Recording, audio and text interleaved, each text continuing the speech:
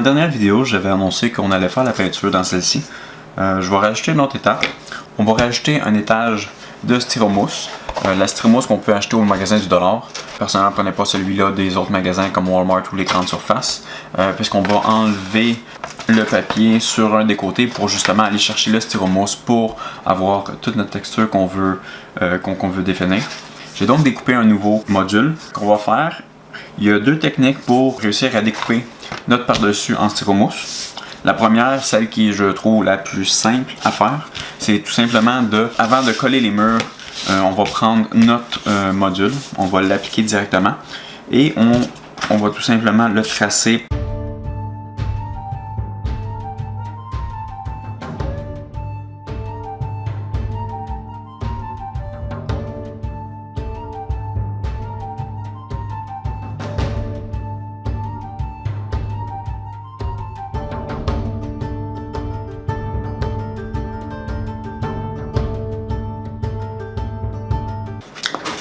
Une fois votre styromousse coupé, trouvez le meilleur fit pour le coller directement avec de la colle chaude, ou vous pouvez aussi utiliser de la colle blanche. Personnellement, j'aime mieux utiliser la colle chaude, ça va beaucoup plus rapidement.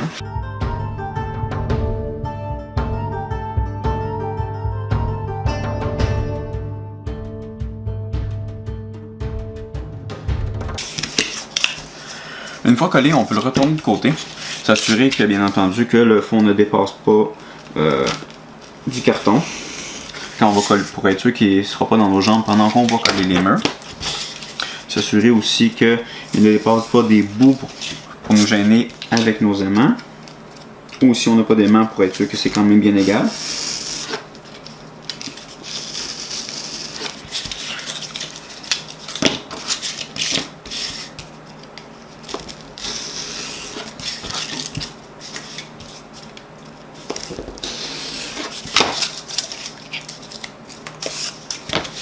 Même si vous le coupez un peu en angle, ça va seulement rajouter à l'effet 3D de quand on va donner la texture à notre pierre. S'assurer aussi que le carton soit bien entendu à la même longueur. Pour pas avoir le carton non plus dans les jambes.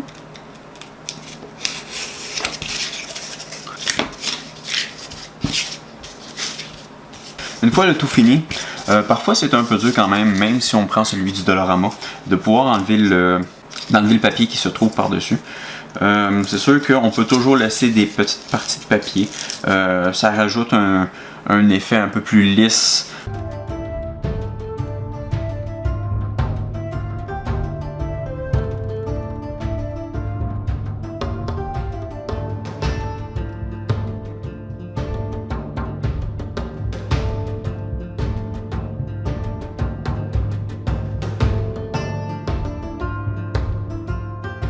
Une fois que le papier est complètement enlevé, on peut commencer à prendre nos mesures pour s'assurer d'avoir quand même nos lignes d'1,25 pouce au bon endroit. On ne voudrait quand même pas que ça soit démesuré. Juste vous rappeler que chaque mur, on a enlevé 1/4 de pouce. Donc, c'est sûr que rendu là, probablement que nos murs vont mesurer à peu près 2 pouces. Vous prenez après, à partir du coin, vous allez arriver à environ 1/4 de pouce. Je vais laisser 1/4 de pouce sur ce côté-ci et 1/4 de pouce sur l'autre côté. On va se faire un trait ici et à 2,5 pouces.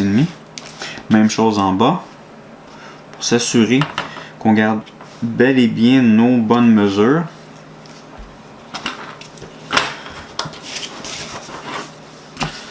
On va faire la même chose dans l'autre sens.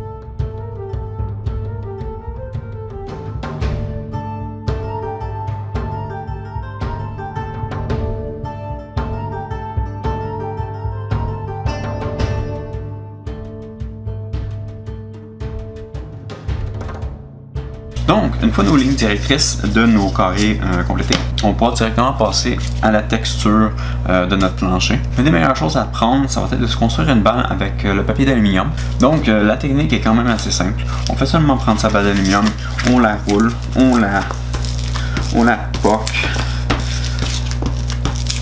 partout où est-ce qu'on peut.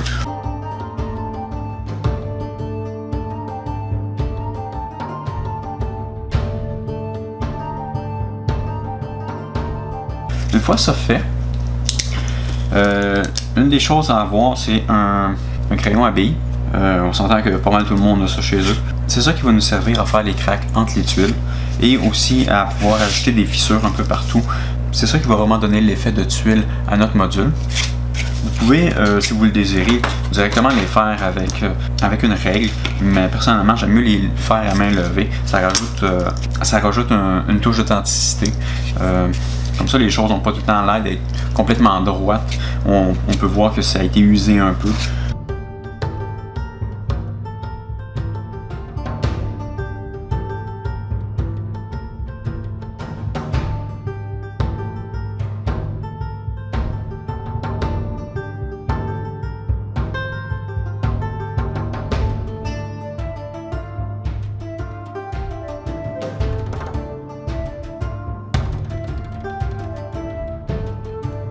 Une fois que nos lignes directrices sont terminées, ce qu'on peut faire, c'est rajouter du détail. Vous pouvez rajouter des cracks qui ont de l'air un peu plus naturel.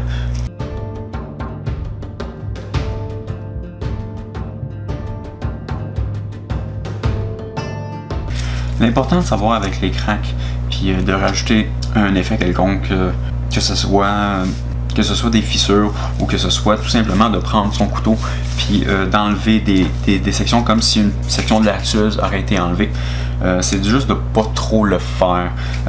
C'est comme pas trop naturel d'avoir toutes les tuiles dans un plancher de brisé non plus. On essaie de les disperser un peu. On peut aussi faire directement, sans nécessairement utiliser le couteau, de tout simplement prendre des sections, les pousser tranquillement, pas vite, avec le crayon.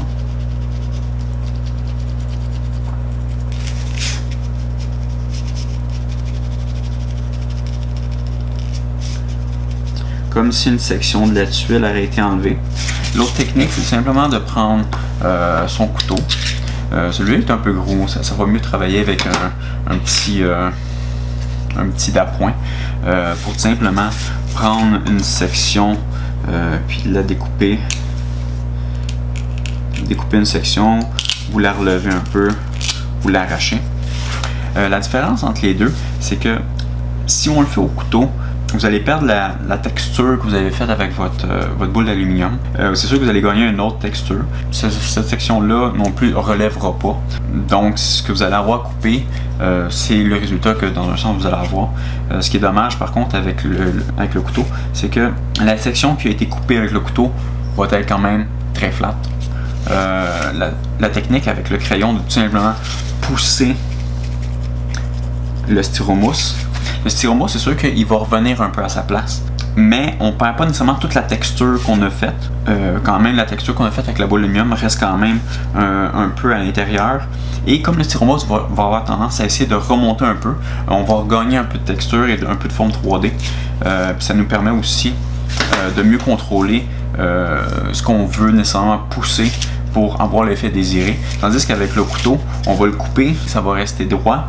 Quand on va falloir nécessairement l'arracher, on ne sait pas parfois combien de long on va en arracher.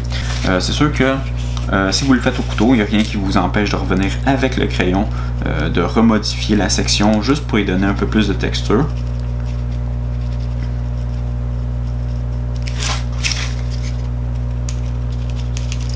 Une fois que vous êtes satisfait avec le module que vous avez fait et la texture que vous lui avez donnée, on va être rendu à installer les murs. Une fois tous les murs installés, tout ce qu'il nous reste à faire, c'est de mettre notre tape sur les murs afin de cacher justement les zones où est-ce qu'on ne voudrait pas voir, mettre les bandes magnétiques et bien entendu installer le tapis antidérapant. Ok, une fois le tout terminé, j'ai mis mon tapis, j'ai mis mes murs sont tapés, j'ai mes aimants sur les côtés.